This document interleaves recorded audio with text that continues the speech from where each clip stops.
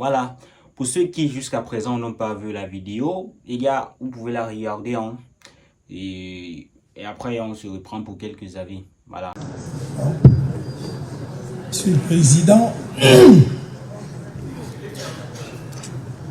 c'est un honneur renouvelé de prendre la parole devant votre auguste juridiction dans ce contentieux préélectoral portant sur les questions de candidature à l'élection du 12 octobre 2025. Je prends la parole brièvement sur ce point, Monsieur le Président, parce qu'il peut y avoir des éléments d'apparence qui font croire qu'il y a la connexité. Mais ayant suivi, mais nous le savions également, divers rapports depuis ce matin et votre jurisprudence constante sur, par exemple, la question d'investiture, il ne vous aura pas échappé que dans les deux dossiers, les parties où les requérants ont abordé la question de façon différente. En sorte que si vous joignez les deux requêtes, on examinera en fait les questions d'investiture. Donc votre haute juridiction a dit de façon constante qu'elle était en dehors de votre compétence. C'est pourquoi nous, en nous en tenant strictement au droit, comme vous l'avez rappelé, et à votre jurisprudence constante, nous nous sommes contentés de soumettre à votre auguste juridiction les raisons pour lesquelles notre candidature méritait d'être retenue, parce que Elekam, mais j'entre presque déjà dans le droit, Elekam lui-même n'a pas contesté que toutes les pièces requises par les articles 117 et 122 du Code électoral avaient été fournies par le candidat Kamto. C'est pour cela que ça peut paraître simple de dire on peut faire la jonction parce qu'il y a Manidem dans les deux cas, mais en fait l'approche est totalement différente et nous invitons, nous, respectueusement, cette auguste juridiction à reconsidérer peut-être cette question de jonction des procédures. Merci. Du Conseil constitutionnel, j'ai dit tout à l'heure à ma première prise de parole combien j'étais honoré de reprendre la parole devant vous dans cette procédure contentieuse préélectorale. C'est un moment particulier, mais je vais m'en tenir au cadre que vous avez fixé vous-même, Monsieur le Président, après les interventions brillantes de mes conseils, y compris ceux qui ont fait une intervention volontaire dans le cadre de la procédure engagée par M. Yepka.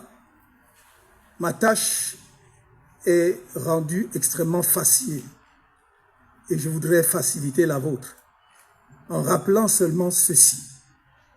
Lorsque un citoyen camerounais est appelé à faire acte de candidature dans une opération électorale, il vérifie, en l'occurrence, s'agissant de l'élection présidentielle, si la formation politique qui présente sa candidature réunit les exigences fixées par la loi.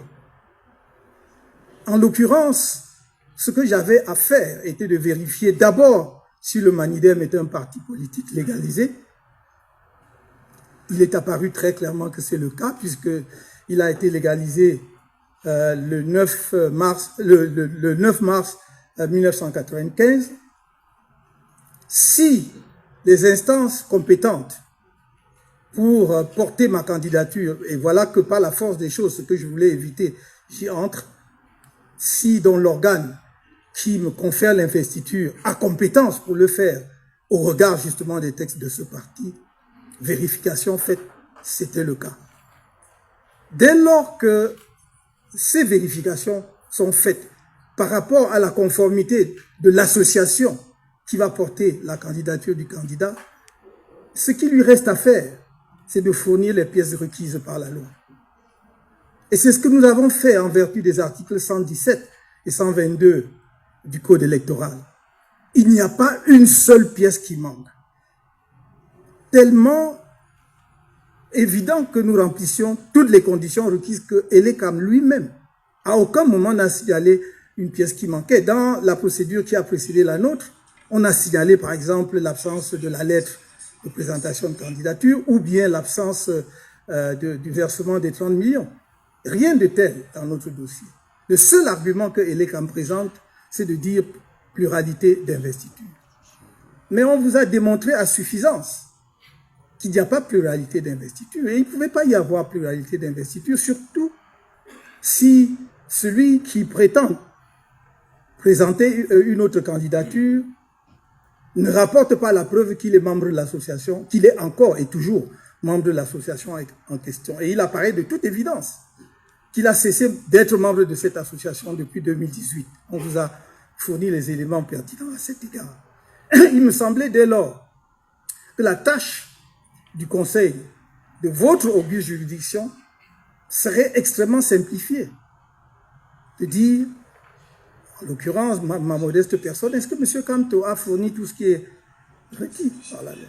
S'il a fourni, il n'y a pas de pluralité de candidature, puisque ce que l'on prétend être une deuxième candidature est une non-candidature étant présentée par quelqu'un qui n'est pas membre du Mandidem, encore moins président de cette formation politique. Il me semble dans ces conditions, le problème étant ainsi posé, extrêmement simplifié, votre Conseil, dans son infinie sagesse, comme vous l'avez fait tout à l'heure sur la question de la jonction de procédure, doit pouvoir reconsidérer l'argumentaire présenté par l'honorable rapporteur de votre auguste juridiction à la lumière des débats. Nous ne devons pas, vous ne devez pas, Monsieur le Président, honorable membre du Conseil constitutionnel, donner l'impression que les débats, c'est pour le décor. Qu'en fait, votre décision est gravée dans le marbre, et quel que soit ce qu'on peut dire pendant des heures ici, lors des plaidoiries devant vous, ça ne sert à rien. Il me semble que c'est pour éclairer davantage votre lanterne pour que votre décision soit la meilleure possible. Je ne vais pas ici, ça n'est pas le lieu, ça n'est ni le lieu ni l'occasion, nous lancer dans d'autres considérations qui ne sont pas proprement et exclusivement juridiques. En disant ce que je viens de dire, vous devez simplement, Monsieur le Président, conclure que c'est à tort que ELECAM a rejeté le dossier de candidature de M. Kamto puisqu'il satisfait à toutes les exigences prévues aux articles 117 et 122 du Code électoral. Et en le disant, justice sera rendue. Je n'ai pas de doute que vous saurez le faire. Je n'ai pas ici besoin, encore une fois, je l'avais dit une fois, de rappeler l'estime que j'ai pour les uns et les autres parce qu'il se trouve que je connais. Monsieur le Président, honorable membre du Conseil constitutionnel, je voudrais, avec votre permission, apporter un élément pour votre appréciation par rapport à une question, je crois que c'est vous-même qui l'avez soulevée, en tout cas c'était en rapport avec le rapport du rapporteur de la commission sur l'interdiction de la pluralité d'investiture. Comme on l'a dit tout à l'heure, lorsque la loi veut interdire, elle interdit. Et en l'occurrence, il me semble que l'honorable rapporteur a déduit l'interdiction d'une interprétation combinée de plusieurs dispositions. Alors, mais je veux dire, le législateur n'a pas été à ce point non vigilant parce que dans le même code électoral, l'article 121, le dernier paragraphe de l'article 121, sur l'investiture, les investitures données aux candidats indépendants, dit ceci: les dites personnalités doivent apposer leur signature légalisée par les autorités administratives territorialement compétentes sur les lettres de présentation. Une même personnalité ne peut apposer une seule signature et pour un seul candidat. Eh bien, Monsieur le Président, lorsque le législateur a voulu interdire, il a été clair. Il me semble qu'on ne devrait pas se perdre dans des interprétations sur ce point. La deuxième remarque, toujours pour faciliter la tâche de l'auguste juridiction, c'est que si on suit les conclusions de l'honorable rapporteur, on aboutirait à une décision qui peut peut-être être satisfaisante pour ceux qui ont initié justement cet imbroglio dans lequel nous nous retrouvons. Mais pour l'avenir, ça va être très embêtant, Monsieur le Président. Vous aurez davantage, surtout à l'occasion de futures élections présidentielles, vous pourriez alors avoir de nombreux cas comme ceux-ci. Et ceux qui peuvent se réjouir aujourd'hui d'obtenir l'invalidation de la candidature d'un concurrent, si vous demeurez, si vous validez ce que je n'espère pas, ce que je ne souhaite pas, mais si vous suivez le conseiller rapporteur et donc invalider notre candidature, cela veut dire que vous acceptez. Et moi, si Dieu nous permet d'être là, je ne sais pas, peut-être à la prochaine élection présidentielle, moi, comme toi, je vais signer que je suis président national du RDPC, je me suis investi, je suis candidat du RDPC, et il faudra effectivement que le RDPC nous explique par quelle magie il va échapper donc à une jurisprudence qui, effectivement, ne tient pas compte de ce que la personne qui revendique une fonction assume effectivement cette fonction. Qui plus est, la personne qui revendique la qualité de membre d'une association, en l'occurrence un parti politique, en est véritablement membre. Je voulais juste attirer humblement votre attention là-dessus, parce que au-delà